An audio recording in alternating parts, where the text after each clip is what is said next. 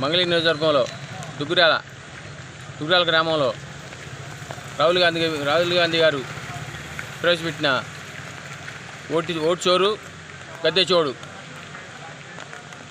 సంతకాల కార్యక్రమం ఉద్యమాన్ని ఈరోజు దుగ్గురాలో ప్రారంభిస్తున్నాం. రాహుల్ గాంధీ గారు బీహార్లో జరిగినటువంటి అవతావకలో ఓట్ల మీద చోరీ ఓట్లు వేశారని చెప్పి ఆ రోజు చోరీ ఓట్లు వేశారు. అవన్నీ కూడా బయటపెట్టి రాహుల్ గాంధీ గారు దానికి ఎన్నికల కమిషన్ కానీ మోడీ కానీ అమిత్ షా కానీ సమాధానం చెప్పండి అంటే ఒక్కళ్ళు కూడా సమాధానం చెప్పట్లేదు. దానికి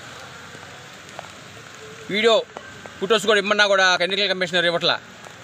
అలాంటిది ఈ ఉద్యమాన్ని ప్రజలకు తీసుకెళ్ళి ప్రజలు ఓట్ల మీద అవతారాలు జరుగుతున్న దొంగోట్లు లేకుండా ఎవరి ఓట్లు వాళ్ళు వేసి అవగాహన కలిపిటాకి ఇది నిజాయితీగా మా రాహుల్ గాంధీ గారు శర్మిలారెడ్డి గారు ఈ కార్యక్రమాన్ని చేపట్టారు దేశవ్యాప్తంగా.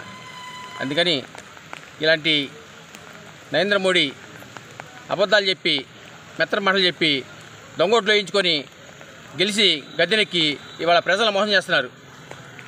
మనం కాంగ్రెస్ పార్టీ చేపట్టినటువంటి సంతకాల కార్యక్రమాన్ని మనం జయప్రదం చేసి మనందరం కూడా